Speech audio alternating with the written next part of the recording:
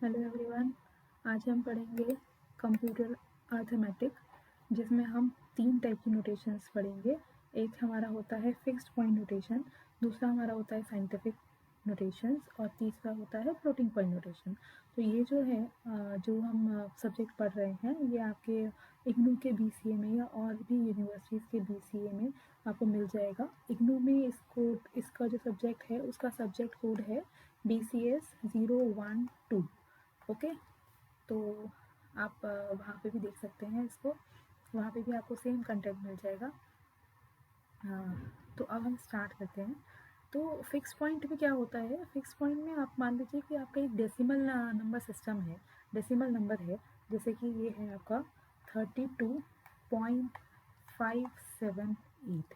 ठीक है, तो आप इसको दो तरीके से रिप्रेजेंट कर सकते हैं। एक आप ये रिप्रेजेंट कर सकते हैं कि इसको आप, जैसे ये है, एक तो इसी तरीके से लिख सकते हैं, दूसरा भी लिख सकते हैं कि 0.3258 इंटू 10⁻²। एक आप इस तरीके से लिख सकते हैं। तो इन कंडीशन में क्या होगा, इस कंडीशन में ये होगा कि यहाँ पे जो आपका नंबर है, ये जो नंबर है पूरा, ये आपका रिप्रेजेंट हो रहा है 10 से 100 के बीच में। मतलब ये नंबर आपका 10 से 100 के बीच में आ रहा है। और यहाँ ये जो नंबर है ये आपका 1/10 से 1 के बीच में लाई कर रहा है। तो ये है हमारा फिक्स पॉइंट। अब इसमें फिक्स्ड पॉइंट जो है, इसकी एक ड्रॉबैक है जिसकी वजह से हम साइंटिफिक नोटेशन को यूज़ करते हैं। अब वो क्या ड्रॉबैक है इसकी, वो ये है कि fixed point numbers are limited in that they cannot simultaneously represent very large or very small numbers using a reasonable word size। यानी इसमें आप डिफाइन नहीं कर सकते हैं कि इसका वर्ड साइज कितना होगा, इसका वर्ड साइज बढ़ भी सकता है, इसका वर्ड साइज डिक्रीज भी हो सकता है, बिकॉज आप इसको नॉर्मलाइज नहीं कर सकते। नॉर्मलाइज का मतलब होता है कि आप कुछ डिफाइन कर दें कि उसमें आपके जो डेसिमल के पहले वाली डिजिट्स हैं और डेसिमल के बाद वाली डिजिट्स हैं वो काउंटिंग में कितनी होगी। अगर आपकी काउंटिंग डिफाइन हो जाती है तो आपको उसे हम उस रिप्रेजेंटेशन को हम बोलते हैं नॉर्मलाइज्ड रिप्रेजेंटेशन। ठीक है, अभी ये जो आपकी रिप्रेजेंटेशन है वो अननॉर्मलाइज्ड है। ये जो रिप्रेजेंटेशन है इसको हम कहते हैं अननॉर्मलाइज्ड रिप्रेजेंटेशन। ठीक है, अननॉर्मलाइज्ड, जी। तो इसलिए अब हम यूज़ करते हैं इसी लिमिटेशन को ओवरकम करने के लिए हम यूज़ करते हैं साइंटिफिक नोटेशंस। ओके, अब साइंटिफिक नोटेशंस में क्या होता है, साइंटिफिक नोटेशन में हम एक फॉर्मेट यूज़ करते हैं जिसमें हम एक्सपोनेंट को लिखते हैं ताकि वो हमें नॉर्मलाइज वे में मिले। यानी कि सबसे पहले आपको एक चीज़ जो एक्सप्लेन करनी है मुझे वो ये है कि अगर ये आपका डेसिमल है तो इसके जो पहले डेसिमल के पहले वाला जो पार्ट है इसको हम कहेंगे मैंटीसा। ठीक है, और जो इसके बाद वाला पार्ट है उसको हम कहेंगे एक्सपोनेंट।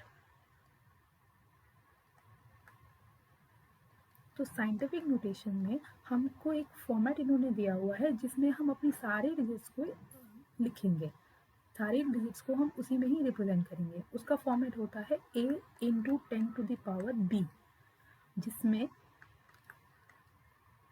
इसमें जो हमारा a की वैल्यू है वो 1 और 10 के बीच में लाई करेगी। ये जो हमने लिखा है अभी, ये इसका एक फॉर्मेट है जिसे आप याद भी कर सकते हैं कि साइंटिफिक नोटेशन में हम यही यूज़ करते हैं। ओके, तो जैसे कि फॉर एग्जांपल हम एक एग्जांपल लेते हैं कि आपकी संख्या है ये 504.8। अब इसको आपको रिप्रेजेंट करना है साइंटिफिक नोटेशन में, तो आप कैसे लिखेंगे, 5 पॉइंट, नो पॉइंट नहीं आएगा, क्रॉस मल्टीप्लाई 10⁻, ये 2 डिजिट्स आगे जाएगा ना, तो उसके लिए -2। तो इसको हम इस तरीके से लिखेंगे। ओके, अगर मैंने कुछ गलती करी है तो आप मुझे बता सकते हैं, but I think I am right. और भी चीज़ें, और भी एग्जांपल्स हम देख सकते हैं इसके, जैसे कि अगर 5 को रिप्रेजेंट करना हो तो आप कैसे करेंगे, 5 इंटू 10⁻�0। ठीक है, आपके पास संख्या है 743.8.459, तो आप इसको कैसे रिप्रेजेंट करेंगे? इसको आप रिप्रेजेंट करेंगे 7.438.459 इंटू 10⁻3। यहाँ पे मैंने मिस्टेक करी है, जैसा कि मुझे लग ही रहा था कि मैंने मिस्टेक करी है।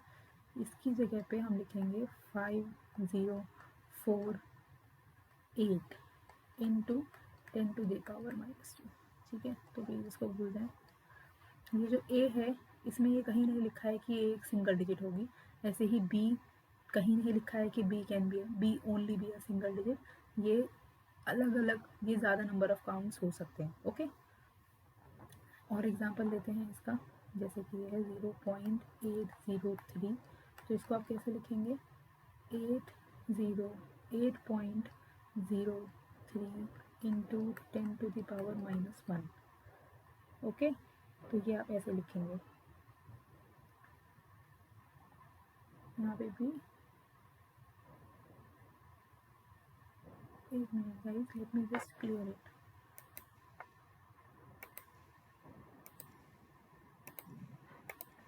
सो सॉरी गाइस, मुझे थोड़ा कंफ्यूजन हो गया था, but it's all clear now. Let me just explain it to you again. Okay, so मैंने से एक्सपेरिमेंट वाला पार्ट तो आपको समझ में आ गया था, ये फॉर्मूला भी ठीक है, but about the example, so let me just again explain it to you. Okay,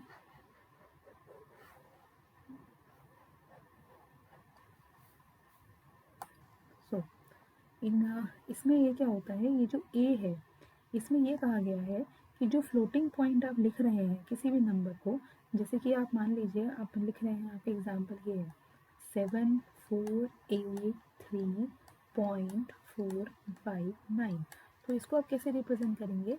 7.438.459 into 10⁻3।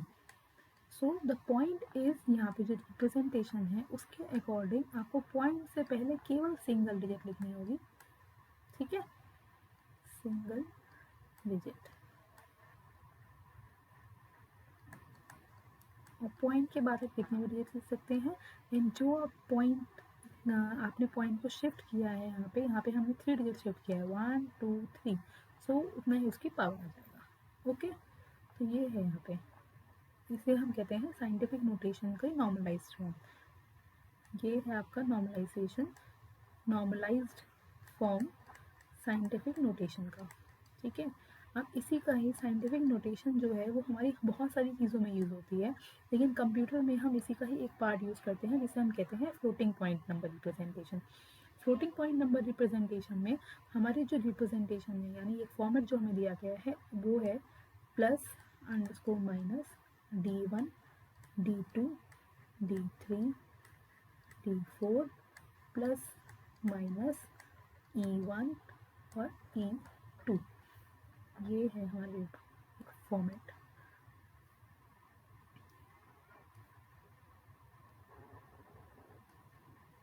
इसमें हम बॉक्सेस बनाएंगे।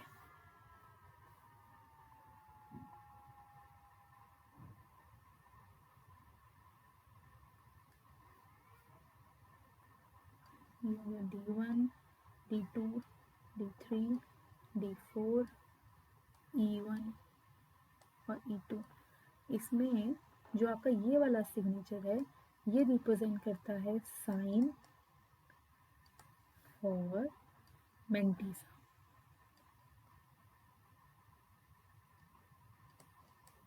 ठीक है, ये जो 4 डिजिट्स हैं आपकी, ये होती हैं मेंटिसा।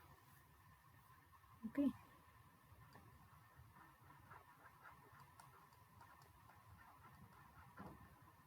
ये जो आपकी साइन है, ये है साइन फॉर एक्सपोनेंट, और ये E1 E2 जो है, ये आपके होते हैं एक्सपोनेंट को रिप्रेजेंट करते हैं। ओके, थोड़ा बहुत आई होप आपको समझ में आ रहा होगा। तो इसको हम, ये इसका नॉर्मलाइज्ड फॉर्म है। ओके, तो अब हम इसका थोड़ा सा आपको एग्जाम्पल के थ्रू समझाते हैं। जैसे कि आपका ये है, हमने लिखा है, आप मान लीजिए इसका एग्जाम्पल आपको मिल गया है कि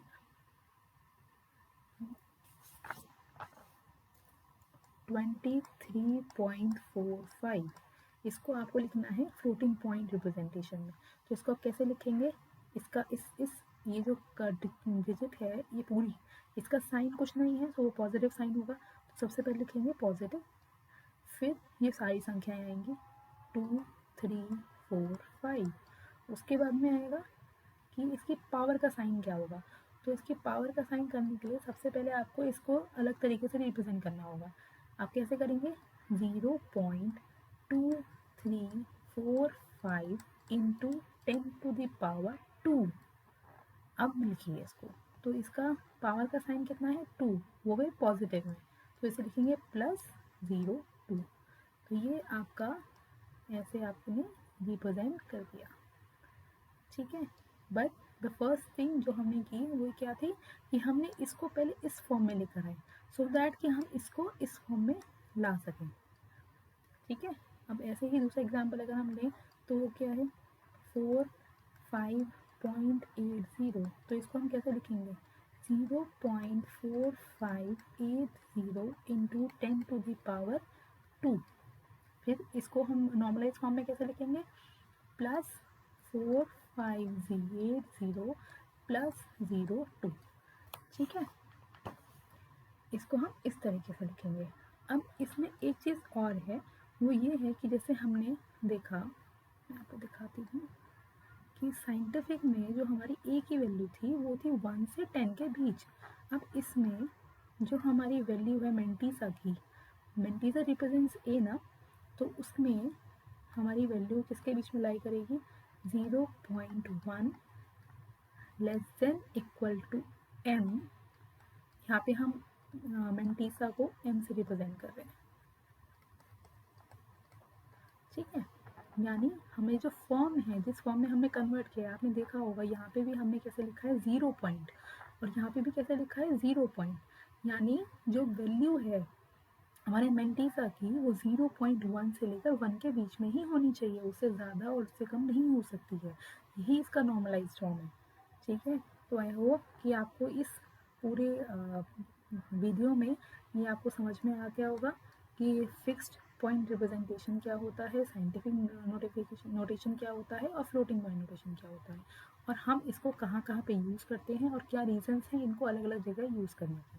फिक्स्ड पॉइंट को हम यूज़ नहीं करते इस वजह से क्योंकि उसमें हमारा वर्ड साइज रीजनेबल नहीं होता है। हम हर किसी की जो लिमिट्स हम उसको नॉर्मलाइज में नहीं कर सकते क्योंकि हमारे पास में कोई साइंटिफिक कोई हमारे पास रिप्रेजेंटेशन फिक्स्ड नहीं है, इसलिए हम साइंटिफिक नोटेशन यूज़ करते हैं। साइंटिफिक नोटेशन में हमारे पास फिक्स्ड है, लेकिन ये हमारे बहुत जगह यूज़ होता है, और इसमें आप देख पाएंगे तो यहाँ पे हमारी हर किसी डिजिट का साइज़ अलग हो जाता है। इसमें जो मेंटीसा है पार्ट है, जो डिजिट पार्ट है, जो ए है, यहाँ पे ए का साइज़ वेरी कर सकता है, बढ़ भी सकता है, कम भी हो सकता है, लेकिन इसमें हम more appropriate, more approx use करते हैं as compare to floating point. लेकिन क्योंकि कंप्यूटर्स में हम फ्लोटिंग पॉइंट का यूज़ करते हैं, इसलिए हम यहाँ पे फ्लोटिंग पॉइंट नॉर्मलाइजेशन ही यूज़ करेंगे। और फ्लोटिंग पॉइंट नॉर्मलाइजेशन में आपको एक फॉर्मेट दिया होता है जिसमें हम ये लिखते हैं D1 D2 D3, ये डिजिट्स को शो करता है, ओके। एंड ये जो आपका प्लस माइनस साइन है ये एक्सपोनेंट का साइन होता है। इसमें हम किसी भी चीज़ को नॉर्मलाइजेशन में करने के लिए पहले से 0 पॉइंट इस फॉर्म में लाना होता है कि 0.1 से और इसके बीच में आए लाई करे, ऐसे फॉर्म में लाना होता है। उसके बाद में ही हम इसको पूरा फ्लोटिंग पॉइंट रिप्रेजेंटेशन में रिप्रेजेंट कर सकते हैं। Okay, thank you so much guys.